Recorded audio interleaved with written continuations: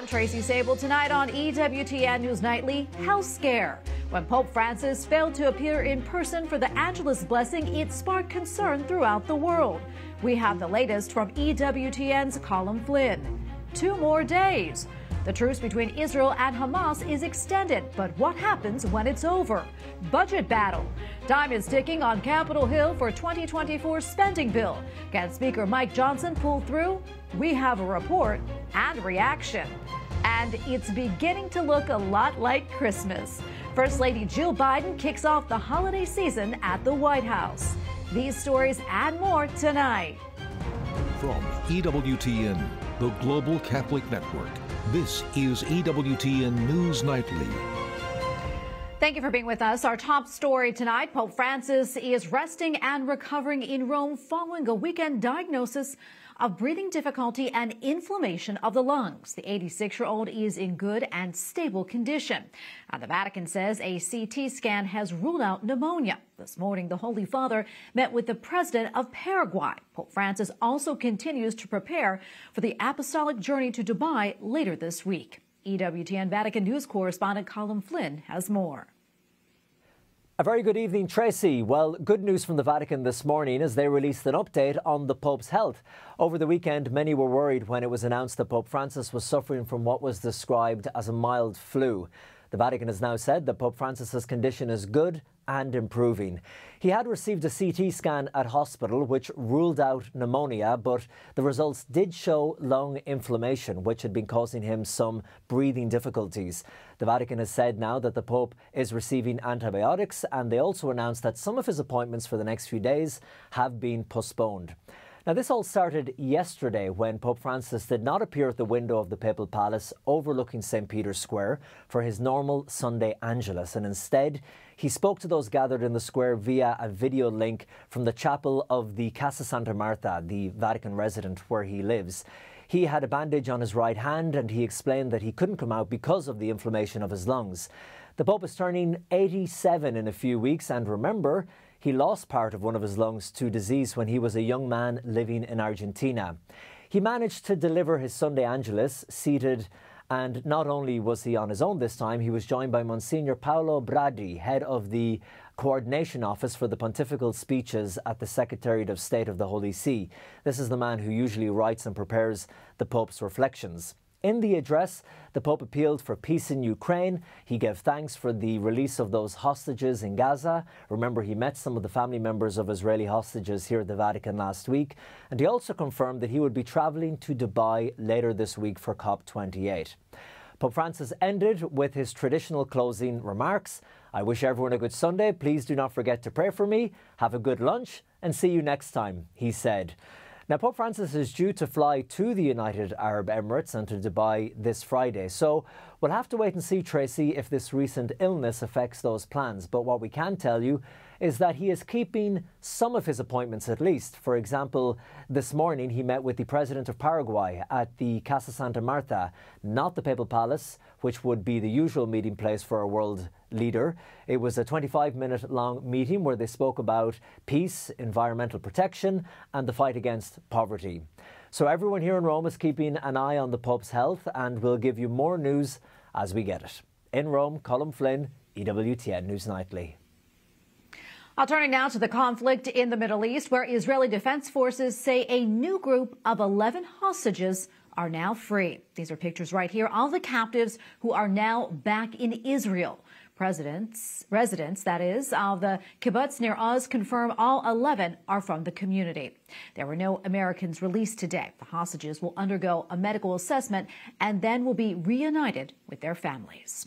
Well, that hostage release comes on the heels of an announcement that the truce will be extended for 2 more days. The Biden administration hopes the pause can be extended even further. White House correspondent Owen Jensen reports. Tracy, the White House says it's getting results. Hostages being released. Today, another example of that. Aid trucks going into Gaza and a pause in the fighting. But at the same time, there are still dozens of hostages that remain in captivity. Just moments before convening the first meeting of his Supply Chain Resilience Council, where he did not address the hostages held by Hamas, President Joe Biden releases a written statement on the latest humanitarian pause in Gaza, saying in part, "We will not stop until all the hostages held by Hamas terrorists are released. Of the roughly 240 people captured by Hamas, several dozen have been freed." In the White House press briefing room today, more details. I think it's important to also remember that Hamas likely doesn't hold each and every one. And so being held by Hamas, probably they had hostages in more than one location. And there's other groups that may be holding some of these hostages as well. As for how many Americans are still being held by Hamas? We think the number is, well, it's less than 10, probably in the neighborhood of, about 8 to 9. But we don't necessarily have firm, solid information on each and every one of them. On Sunday, Hamas freed 17 hostages, Abigail Edan, a dual Israeli-American citizen among them. These photos of Abigail with her grandparents, aunt and uncle at a children's medical center. Her parents were killed in the horrific attack by Hamas. As you know, she celebrated her 4th birthday while she was in captivity. Meanwhile, during the pause in fighting, increased shipments of fuel and supplies going into Gaza, though aid groups say it's still barely enough. And Israeli Prime Minister Benjamin Netanyahu confirming he will press ahead with the war after the ceasefire expires. The president also said in his statement today, the pause in fighting has allowed for the release of young children, mothers and grandmothers who were held hostage, while also enabling a significant surge in humanitarian assistance to innocent civilians in Gaza.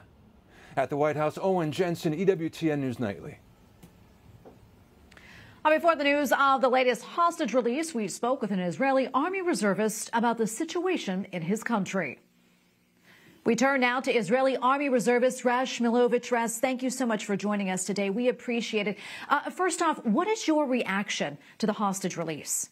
At first, I'm thrilled from excitement, and I'm happy, and I'm excited that all those kids and all those families were finally united, to see the pain of the families that have been waiting for their loved ones to come back, knowing they are held by those animals, not knowing in what condition they are. I cannot be but thrilled and excited and thrilled with joy to have them. On the other side of that, I think that the price that we're paying for that is extremely high. And I think that maybe it should have been done differently. What about your family and friends? And also tell us, what is the mood there in Israel right now? The mood now, again, it's torn between two extreme feelings. On the one hand, as I said, we're all happy, we're all excited that we bring back those kids, those women, those ladies back home, to know that they're safe and sound, they're back in the hands of their families. On the other hand, the suffering coming from the game, the psychological terrorism that Hamas is continuing to throw on us by not releasing all the names, by tearing out families, by releasing kids and keeping their moms, by releasing them against all the agreements, not to the Egyptian side, but in the middle of the city Gaza in a parade, as if they're animals in the zoo, marching them through the city where the mobs are knocking on the windows. What if those were kids in those cars, terrified? So we're extremely unhappy and sad and angry is maybe an understatement, but we're full with anger the way that Hamas is treating them. And it only gives us the strength to know that we are in the right way. And we should be doing whatever we can to eliminate Hamas and make sure all those terrorists pay for what they did. So it's joy on the one hand, but it's maybe a little bit of frustration for those who are still there. I want to get your thoughts on the exchange. 117 Palestinian prisoners for 58 hostages. Do you think that was the right move by the Israeli government? Numbers-wise, I don't think it's a big deal. I just want to remind you that Israel, in the last exchange, we have released over 1 in exchange of one Israeli soldier. 1,000 convicted terrorists, some of them with blood on their hands. In this time, we're releasing women and teenagers. Some of them were supposed to be released anyway in this nearby weeks, months, years. So number-wise, I'm not really afraid of that. I'm more afraid or more concerned of the way it's been done when Hamas is blackmailing us by playing on our feelings, knowing, okay, we'll buy you another day of ceasefire. If we release 10 more people, you will buy another day of ceasefire. We don't need this ceasefire. It's playing against us. We don't need more than this time to get our energy back. This ceasefire only helps Hamas build up this destroyed infrastructure, build up his resilience, and paint himself all of a sudden in the humane colors. Hamas is trying to paint himself in colors that belong to. Hamas is trying to make sure he's treating the people well and making sure they wave to the people, to the terrorists. Just want to remind you that Hamas is illegally, against international law, is holding civilians. Roz, almost out of time, but wondering if I can get your opinion about the optics of the hostage handover. What do you think? I think, again, it's I would say, humiliating. I would not expect the first eyesight that Israel has of the names of the released ones beside the families is by drive-through this march, when they drive through and there's paparazzi videoing them. I think it should be done in a more discreet way. They should have been in tilted windows, in a more protected environment, not driven through the main square of Gaza, where the mobs are standing there, and Hamas in his march of power, and his terrorists standing there armed in this city square. And the optics of it is horrifying, horrible in my opinion. We're going to leave it right there, Raz. Thank you so much for your time today. We appreciate it. Thank you so much. Joining us now from Tel Aviv for the very latest on the Israel-Hamas war is Israeli government spokesperson Avi Hyman. Avi, great to be with you today. I want to talk about the extensions specifically here. Is there, a limit to how many extensions that will be beneficial to Israel's mission to end Hamas? And do you think you're still operating from a position of strength right now? So the only reason that we're where we're at now with the hostage release is because of the military pressure, because of the diplomatic pressure that we put Hamas on. They were begging for a pause. They were begging for a breather. And without that, I don't think we'd be where we are now. So we will plow on with our mission. Firstly, we'll do whatever we can through this deal to get as many hostages as we can. But we're ready at any given moment to return to the other part of the mission, which is to destroy Hamas. We cannot allow Hamas to rule Gaza. We cannot allow Hamas to hold 240 Israelis hostage, and we cannot allow Hamas to hold their own people hostage, as they have brutally for 19 years. So we will free Gaza from Hamas, and we will free those 240 hostages. Avi, I want to ask you, speaking of Gaza, I want to ask you about the aid. Do you know if your aid is actually getting into the hands of the people that actually need it over there? So we're doing our absolute utmost to ensure that the aid reaches those people that need it. As you know, our war is with Hamas, that brutal terror organization. It is not with the people of Gaza. So we hope that the civilians get the aid that's coming through. Today, it went up to 200 trucks worth of aid coming through from the Rafah crossing. We also know at the same time that Hamas has been caught red-handed stealing fuel and stealing other aid for their own good. What we know is that if there are people in Gaza that don't need any aid, that don't need water, that don't need fuel, that don't need anything, it's Hamas, because they've been stockpiling it for years, waiting for that day in which they could bring Israel into Gaza to fight them while they're embedded deeply within a civilian population, perpetrating a double war crime of shooting at civilians from deep within civilians. Well, Avi Hyman, thank you so much for your time and for your insights. We appreciate it. Thank you. A 48-year-old Vermont man is in custody charged with 3 counts of attempted murder in the 2nd degree after 3 college students of Palestinian descent were shot. It happened near the University of Vermont Saturday evening. 2 victims are in stable condition, while a 3rd suffered more serious injuries. Police are investigating the shooting as a possible hate crime. Well, we have a lot more still to come here on EWTN News Nightly, including its business from here on out. Congress dives headfirst into a new spending plan. What supporters have to say about Speaker Mike Johnson leading the charge. And horrific attack.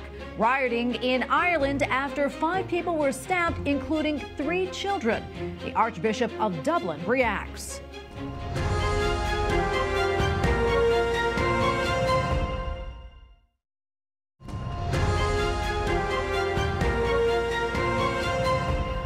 Congress returns this week with a government shutdown threat behind them. Now the real money fight is taking center stage. The House and Senate remain billions of dollars apart on bills that would fund all government departments through next September. House Republicans can't even agree on how much to spend. Capitol Hill correspondent Eric Rosales has more. Eric? Well, good evening, Tracy. You know, when House Republicans left Capitol Hill for Thanksgiving, they were still fighting over final budget numbers and even foreign aid. The big question is whether Speaker Mike Johnson can put together a plan to get it all done in the next month. Congressman Matt Gaetz tells me he's confident Speaker Johnson can do it.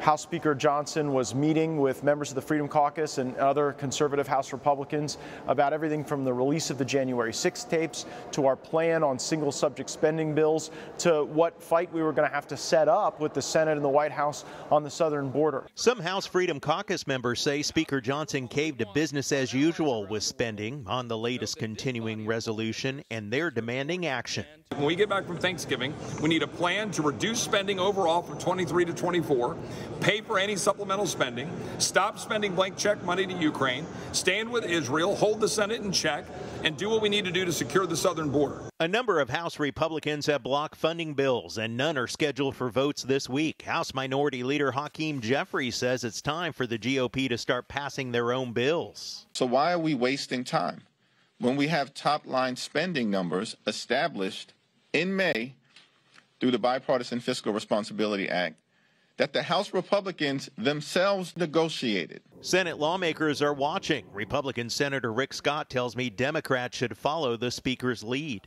He's committed to going through real spending bills and passing them. Unfortunately, Schumer has decided not to do that. We've only passed 3 of our 12 spending bills so far. The Senate also needs to come up with an aid bill to Israel and Ukraine. Republicans insist border security must be part of any package. Senator Eric Schmidt tells me Democrats don't want to deal with the border. I'm going to support the strongest border bill possible, but the Democrats are not serious about this. They're not serious. We have laws in place that could be enforced, but this is the problem when you have an executive branch that's not interested in executing the law, and that's the problem. Senate Majority Leader Chuck Schumer has warned Republicans that drawing a red line in the sand on border aid could jeopardize the entire package.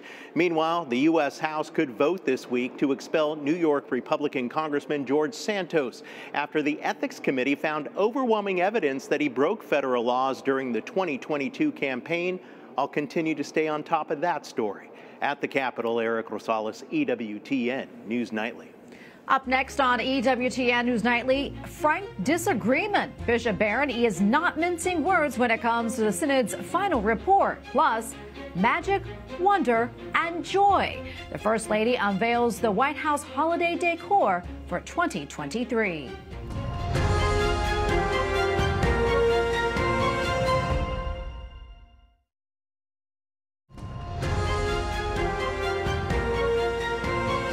Well, the main Catholic cathedral in Ukraine has been hit with significant damage following an attack by Russian drones. The Cathedral of the Resurrection of Christ sustained damage to its doors, and many windows were also knocked out.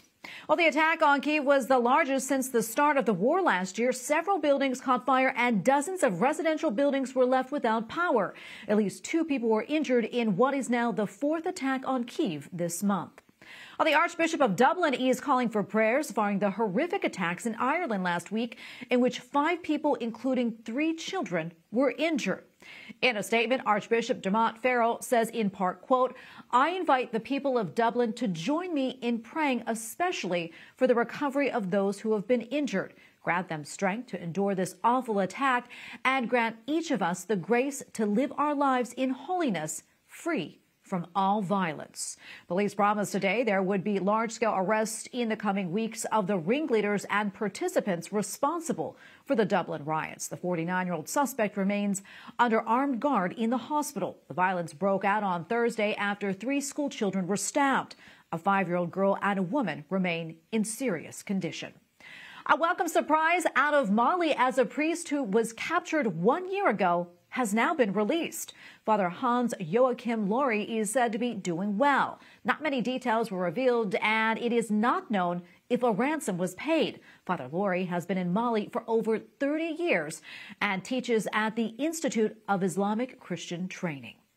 Bishop Robert Barron says that he disagrees with parts of the final report from the initial meetings of the Synod on Synodality. The head of the Diocese of Winona, Rochester, Minnesota, was one of the participants in the gathering last month in Rome.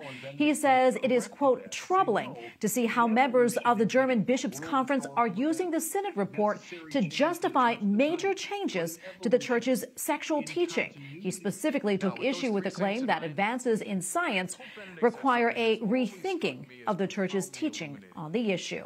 Well, finally tonight, you can tell we are getting closer to Christmas. The White House just unveiled its theme for the season, the magic, wonder, and joy of the holidays. Each room is designed to capture this pure, unfiltered delight and imagination, to see, this season, this time of year, through the wondrous, sparkling eyes of children. First Lady Jill Biden says the holidays offer a time for reflection and a break from our hurried lives, a season to be fully present with our family and friends. And just a reminder that the faithful can receive a plenary indulgence by praying before a nativity scene in a Franciscan church. It's available from December 6th until February 2nd, which is the Feast of the Presentation in the Temple. And we thank you for watching tonight. And remember, you can follow us on social media, Facebook, X, and Instagram at EWTN News Nightly. I'm Tracy Sabol. Good night and God bless.